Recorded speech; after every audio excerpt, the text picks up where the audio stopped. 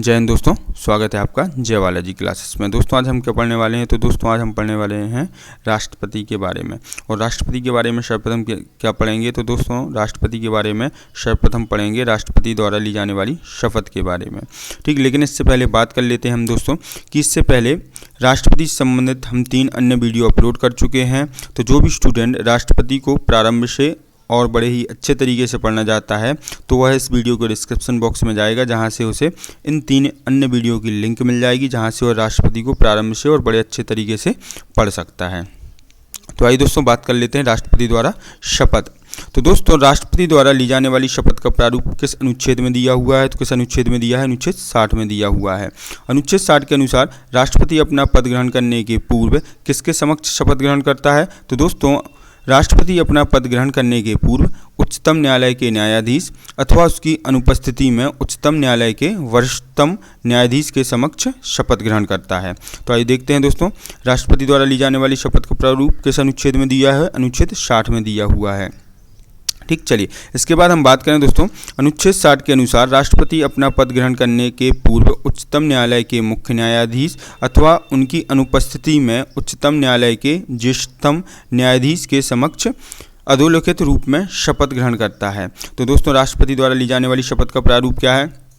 तो आइए देखते हैं कि मैं श्रद्धापूर्वक राष्ट्रपति के पदीय कर्तव्यों का पालन करूंगा, मैं संविधान और विधि का परिरक्षण, संरक्षण और प्रतिरक्षण करूंगा, मैं भारत की जनता की सेवा एवं कल्याण में निरत अर्थात लीन रहूंगा। तो ये हो गई दोस्तों राष्ट्रपति द्वारा ली जाने वाली शपथ का प्रारूप। आइए देख लेते हैं कि मैं श्रद्धापूर्वक राष्ट्रपति के पदीय कर्तव्यों का पालन करूंगा, मैं संविधान और विधि का परिरक्षण, संरक्षण और प्रतिरक्षण करूंगा, मैं भारत की जनता की सेवा एवं कल्याण में निरत अर्थात लीन रहूँगा।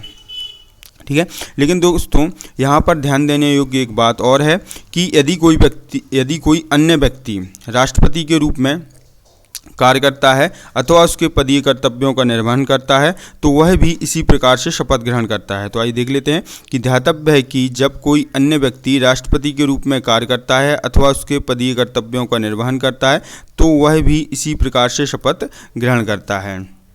ठीक, चलिए यहाँ पर एक बात और देख लेते हैं कि दोस्तों राष्ट्रपति के शपथ का प्रारूप किस अनुच्छेद में दिया हुआ है? अनुच्छेद 60 में दिया हुआ है, अनुसूची 3 में नहीं। ऐसा क्यों कह रहे हैं हम दोस्तों? क्योंकि दोस्तों अनुसूची 3 में संसद के सदस्यों अर्थात लोकसभा और राज्यसभा के सदस्यों व संघ के मंत्रियों, उच्चतम न्यायालय तथा उच्च न्यायालयों के न्यायाधीशों, राज्य विधानमंडल के सदस्यों व मंत्रियों तथा भारत के नियंत्रक महालेखा परीक्षक को दिलाए जाने वाले शपथ का प्रारूप दिया हुआ है। किसमें? अनुसूची 3 में। लेकिन दोस्तों राष्ट्रपति द्वारा ली जाने वाली शपथ का प्रारूप किस अनुच्छेद में दिया हुआ है? अनुच्छेद 60 में दिया हुआ है। यहाँ पर दोस्तों 2 अनुच्छेद और देख लेंगे। एक है हमारा अनुच्छेद 69 जिसमें उपराष्ट्रपति द्वारा ली जाने वाली शपथ का प्रारूप दिया हुआ है, और एक है हमारा अनुच्छेद 159।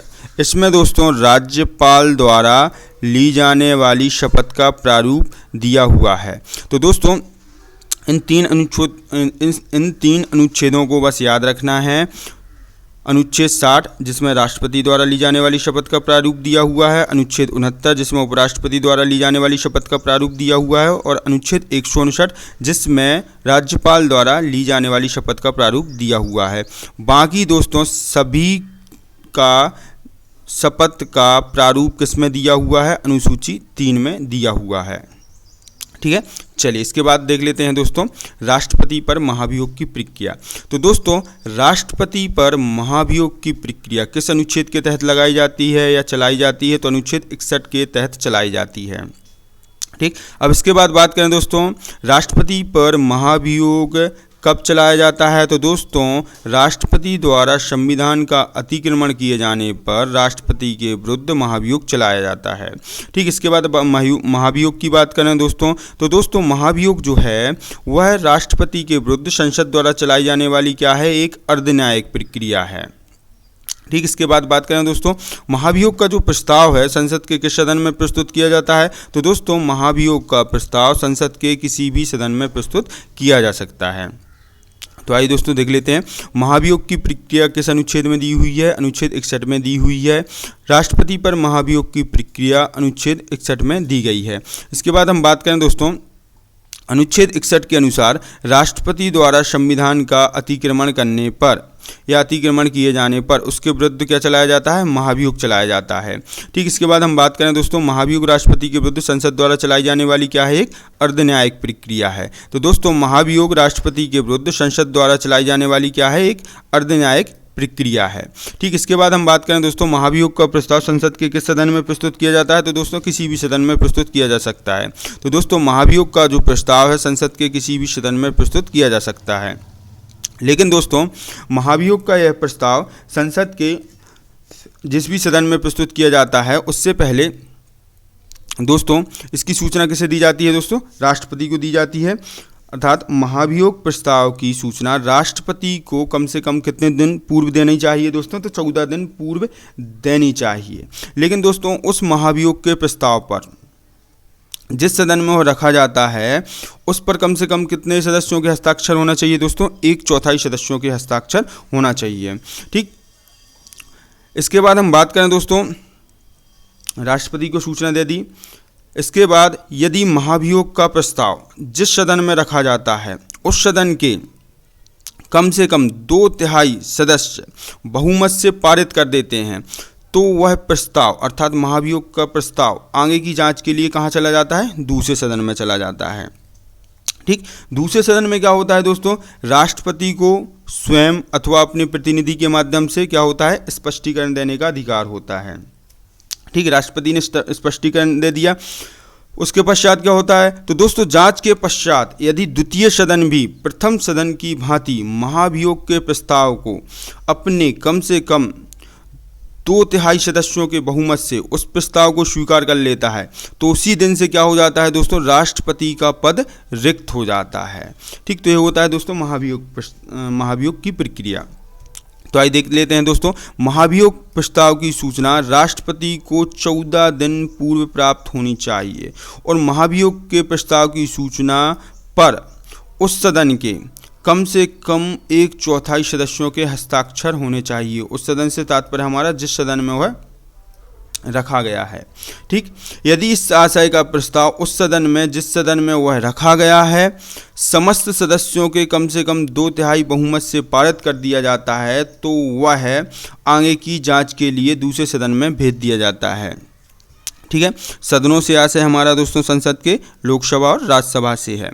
ठीक, चलिए इसके बाद हम बात करें दोस्तों, राष्ट्रपति को दूसरे सदन में स्वयं अथवा अपने प्रतिनिधि के माध्यम से क्या देने का अधिकार है, स्पष्टीकरण देने का अधिकार है। ठीक, अब दोस्तों दूसरे सदन में चला गया प्रस्ताव, तो दोस्तों दूसरे सदन में जांच के पश्चात यदि द्वितीय सदन भी प्रथम सदन की भांति महाभियोग के प्रस्ताव को समस्त सदस्यों के कम से कम कितने बहुमत से स्वीकार कर लेता है, 2/3 बहुमत से स्वीकार कर लेता है तो उसी दिन से क्या हो जाता है, राष्ट्रपति का पद रिक्त हो जाता है या राष्ट्रपति का पद रिक्त समझा जाता है। ठीक है दोस्तों, लेकिन दोस्तों अभी तक एक भी बार ऐसा अवसर नहीं आया है जब किसी राष्ट्रपति पर महाभियोग लगाया गया हो। ठीक, तो दोस्तों अभी तक एक भी ऐसा अवसर नहीं आया है जब किसी राष्ट्रपति पर महाभियोग लगाया गया हो। ठीक, लेकिन दोस्तों यहाँ पर एक ध्यान देने योग्य बात और है कि दोस्तों राष्ट्रपति के निर्वाचन में संसद के दोनों सदस्यों के वे सदस्य अर्थात मनोनीत सदस्य जो राष्ट्रपति के निर्वाचन में भाग नहीं लेते हैं वे राष्ट्रपति के महाभियोग की प्रक्रिया में भाग लेते हैं। और दोस्तों यहाँ पर एक बात और देखने योग्य है कि विधानसभा के निर्वाचित सदस्य जो राष्ट्रपति के निर्वाचन में भाग लेते हैं वे राष्ट्रपति के महाभियोग की प्रक्रिया में भाग नहीं लेते हैं। ये दो बातें यहाँ पर ध्यान देने योग्य हैं। तो आइए देख लेते हैं कि ध्यातव्य है कि राष्ट्रपति के विरुद्ध महाभियोग की प्रक्रिया में संसद के दोनों सदनों के मनोनीत सदस्य जो राष्ट्रपति के निर्वाचन में भाग नहीं लेते हैं वे भी भाग लेते हैं महाभियोग की प्रक्रिया में, किंतु दोस्तों राज्य विधानसभाओं के निर्वाचित सदस्य महाभियोग की प्रक्रिया में भाग नहीं लेते हैं जबकि वे राष्ट्रपति के निर्वाचन में भाग लेते हैं। ठीक है दोस्तों, तो दोस्तों यदि आपको हमारे पढ़ाने का तरीका अच्छा लगता है तो हमारे चैनल को सब्सक्राइब करें, शेयर करें और हमारे वीडियो पर लाइक और कमेंट करना ना भूलें। इससे आगे दोस्तों राष्ट्रपति के बारे में हम नेक्स्ट वीडियो में पढ़ेंगे।